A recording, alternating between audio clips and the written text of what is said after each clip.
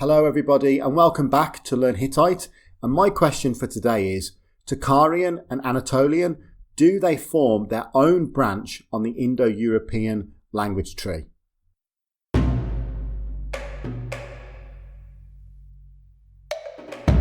So that's a question I would like to discuss today, and more importantly I would like your input on the matter because I'd like to say that I'm not an Indo-Europeanist by profession. The extent of my interest in proto-indo-European stems from my fascination with Hittite language and Luwian language. And to be honest, I've always had a fascination with Hittite ever since I played a strategy game as a kid, and the only faction that I could play were the Hittites. And ever since then, I've been interested in Hittite language, culture, and the Bronze Age in general. And so it's because of this, because of my interest in Hittite and Luwian, that I have a kind of roundabout interest in Indo-European, and I only read it as a hobby.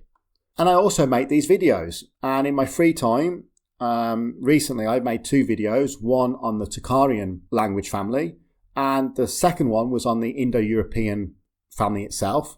And doing my research for both of those videos, I've stumbled upon one or two concepts which I think are interesting and worthy of consideration in terms of the idea that possibly, maybe, Tocharian and Anatolian, so that includes Hittite and Luwian, formed actually their own branch on the Indo-European language tree. But prior to making this video, my only knowledge of Tocharian really came from reading Ronald Kim's introduction to Tocharian, which is a great introduction and you can find it online. And I'd picked up other bits and pieces from just reading about Indo-European stuff in general. But when I began to look at Tocharian in much more detail because of this video, and you might be able to hear now I'm actually a little bit ill, but 2 weeks ago I managed to pick up the flu from my kids, and I was in bed for 2 days. And during that time when I was in bed, I just spent all of the time reading as much as I could about Tocharian.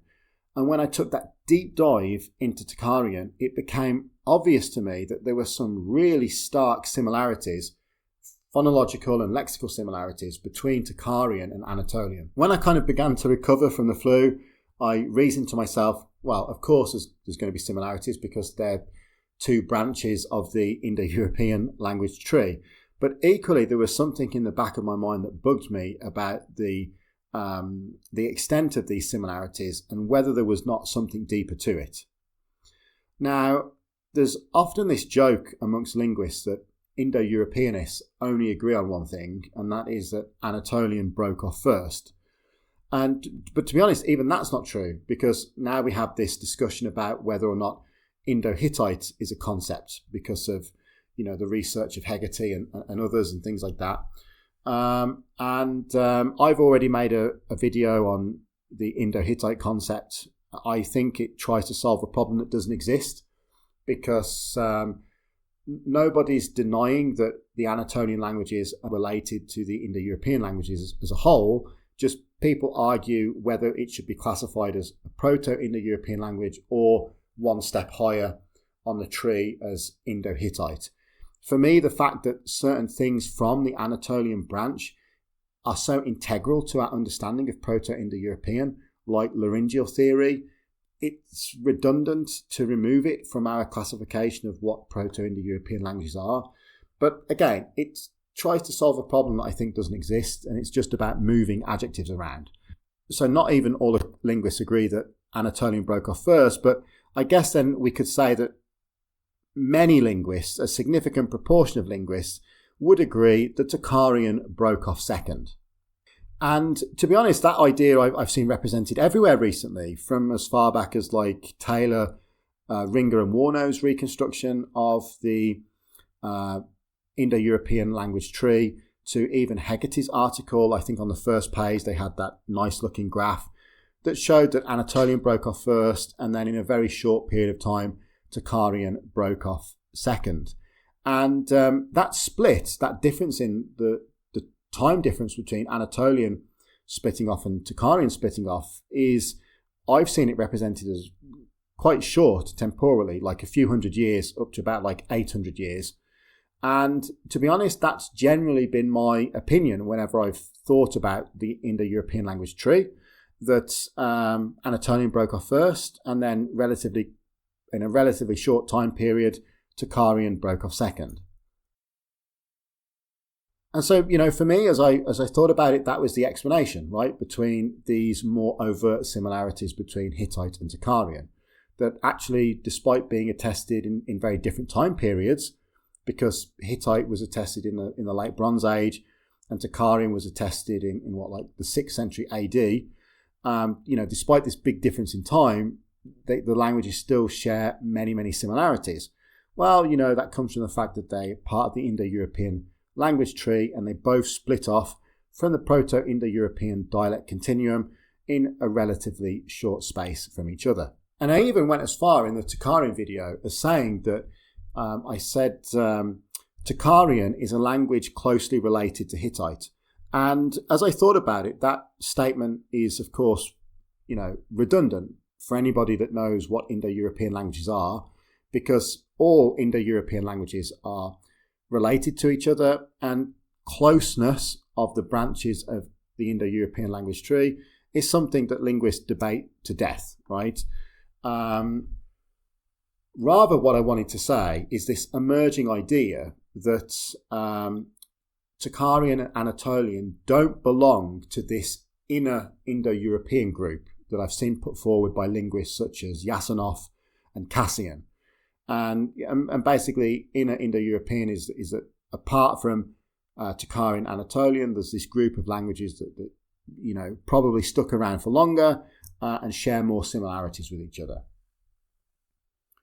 But interestingly, both Cassian and Hegarty mentioned in their recent papers, and I will link in the comments or on the screen links to papers that I've used over the past few weeks to think about this idea.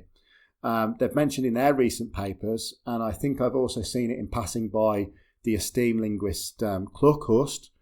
So I apologise, by the way, to any Dutch people. I believe Kloekhorst is Dutch. I have no idea how to actually pronounce his surname well, so my heartfelt apologies if I am completely butchering it. But I felt that Cassian, Hegarty and Kloekhorst, at least in passing in their recent articles over the past few years, have at least suggested the idea that Anatolian, including obviously Hittite and Luvian, possibly formed their own branch with Tocharian. And let me just quote a few words from Cassian 2021, for example. The main competitive hypothesis is that Hittite and Tocharian form a distinct clade. Its posterior probability is relatively high. It's not entirely clear how to interpret such a result. It can hardly be explained by the long branch attraction effect. So there you go. Also, Hegarty in 2023 says something like, support for a joint clade between Hittite and Tocharian is limited, but also Hegarty doesn't explicitly exclude it. And Kloekhorst, in his 2016 paper on the Anatolian stop system, which is an excellent paper, and I suggest everybody to read pretty much everything that Kloekhorst has written. The only thing we seem to disagree on is I believe Kloekhorst is a believer in the need to rename proto or early proto-indo-European, which includes Anatolian, as Indo-Hittite. Again, I don't get that. But his work on the Anatolian languages and the stop systems in Anatolian languages is really good. And I suggest everybody to check out his stuff. And he notes the similarities between the stop systems between Tocharian and Hittite. And he actually says that the similarities between the stop systems might be what we can use to exclude them from the inner Indo-European group. But I actually would go a step further and say that the similarity in the stop systems are suggestive of a much more intimate relationship, i.e. that they belong to the same branch. Because it's actually the stop system in Anatolian and Tocharian, the similarities between them, that first caught my eye, because it's one of the most striking features of Tocharian. And actually, when you read papers by Kim or Peirot on Tocharian, they often state things like that the defining feature or the quintessential feature of Tocharian phonology is its stop system. But the problem is it's the stop system isn't unique to Tocharian. It's very much there in Anatolian, definitely Hittite, which I've researched the most. Oh, and actually, if you want an overview of the stop system in Tocharian, you can, of course, watch my video on Tocharian, where I go into some bit more extra detail in it, and I leave some links that you can go and check out as well. But actually, if you go and read about the stop system in Hittite, for example, it's slightly misleading in books, say, for example, this book by Van den Hout, Elements of Hittite, which I recommend to everybody. But when you look at like the table of consonant sounds in Hittite, you will see a developed stop system, as developed or nearly as developed as in proto-indo-european. But the problem is it's the stop system in Hittite Anatolian languages in general is still being discussed, still being debated. And it mainly stems from how to exactly interpret Hittite cuneiform spellings, especially because Hittite scribes seem to ignore completely the difference between those signs representing voiced or voiceless stops.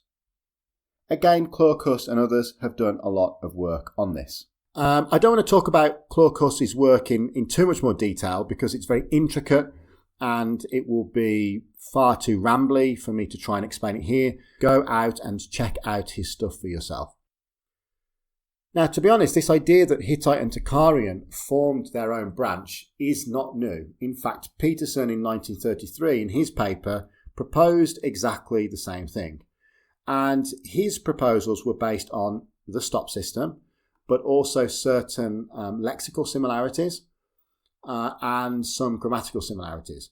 Now, my knowledge of Tocharian grammar is not deep enough to be able to comment on the grammatical similarities, but I see many attractive points in his arguments presented for the stop system, obviously, and for the lexical similarities.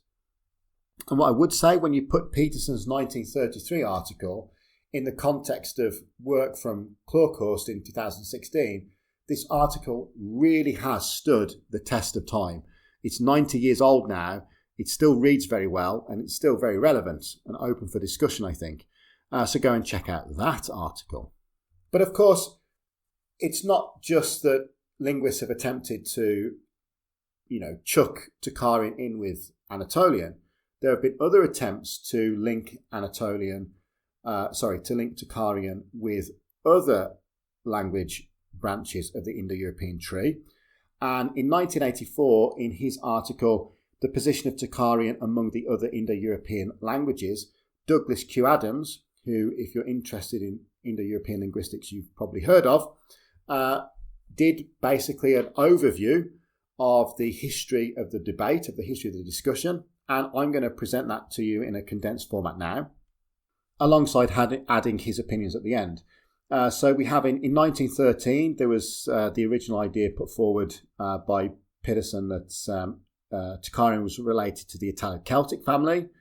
That was repeated in 1914 by Melchert, by 1917 by Charpentier. In 1922, we have the first proposal of it being related to Phrygian and more distantly Armenian by Hermann. Pokorny in 1923 suggested it's possibly related to Thracian or Phrygian. Second to Armenian, Balto-Slavic, and third to Germanic. So, that's half the Indo-European languages there. In 1925, by Petersen again, grouped it in a macro group that contained Italo-Celtic, Phrygian, and Hittite.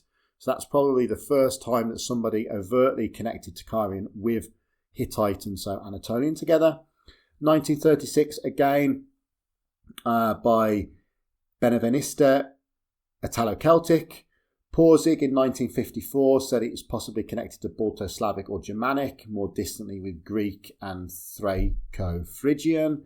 And in 1970 by Lane, Balto-Slavic and or Greco-Armenian. So as you can see, there's been a lot of attempts and a big variety in the branches that people have attempted to link Tocharian to.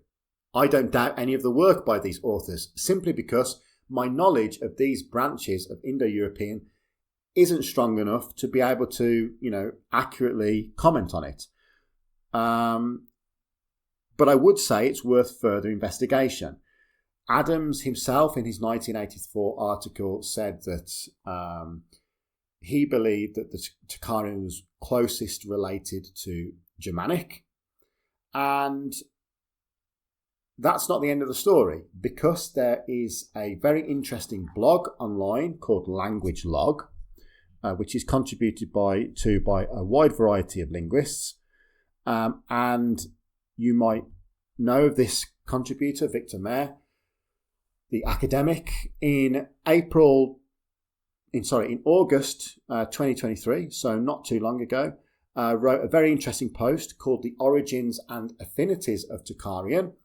And basically he collected the opinions of a few esteemed professionals, archaeologists, linguists, things like that, and basically asked them what their opinion was. What language is Tocharian closest to? Celtic, Germanic?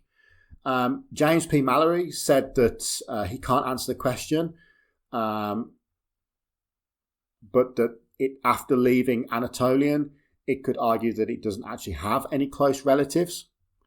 Don Ringer said that none, and then gave quite a confusing explanation to how he justified none. I suggest you go and read that out. But basically, he says that Anatolian is distant to the other Indo-European languages, and Tocharian is also quite distant, but not as distant as Anatolian, and that's pretty much it. And it's half the blog post. And then Douglas Adams again, but we have the man's opinion from 2023. He still connects it with Germanic. He says it's the winner. And he also provides evidence why he wouldn't consider Celtic to be a particular, or Slavic to be a particularly good case for linking it with Tocharian. And that was pretty much it. So we could summarise that from 1984 onwards, we have the same kind of mishmash of different opinions, ranging from that it's not connected to any, that it's maybe connected to Germanic, possibly Celtic, possibly Balto-Slavic, things like this. And that really is my question, my esteemed viewers. What is your opinion? Some of you might be more knowledgeable, for example, and I know that many of my viewers are knowledgeable because I get good questions in the comments, might be more knowledgeable on, let's say, Proto-Germanic or Proto-Italo-Celtic. Do you see any particular similarities, any overriding characteristics that might link Tocharian and those branches together? Maybe I've missed something. Maybe I've been so focused on the similarities between Anatolian and Tocharian stops that I'm missing other obvious signs that indicate that they're not actually particularly close to each other, and they don't form their own branch on the Indo-European tree. Now, I will go to say that my personal opinion is that it's still that Anatolian broke first, and very shortly after, Tocharian broke second. I'm not entirely convinced that they formed their own branch, although I do think that some of the suggestions that have been put forward by, although perhaps indirectly put forward by linguists in recent years, concerning the work that's been done, does make it worthwhile to have that debate again. And it might be a case that we will never be able to answer this question.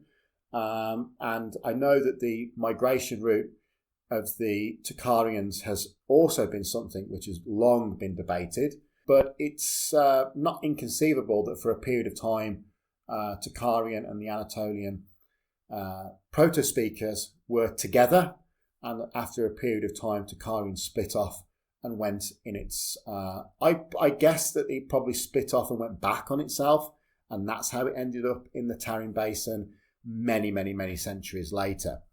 But again, archaeology isn't my thing, and it would be good to be able to link some of these different ideas together and to see what we come up with.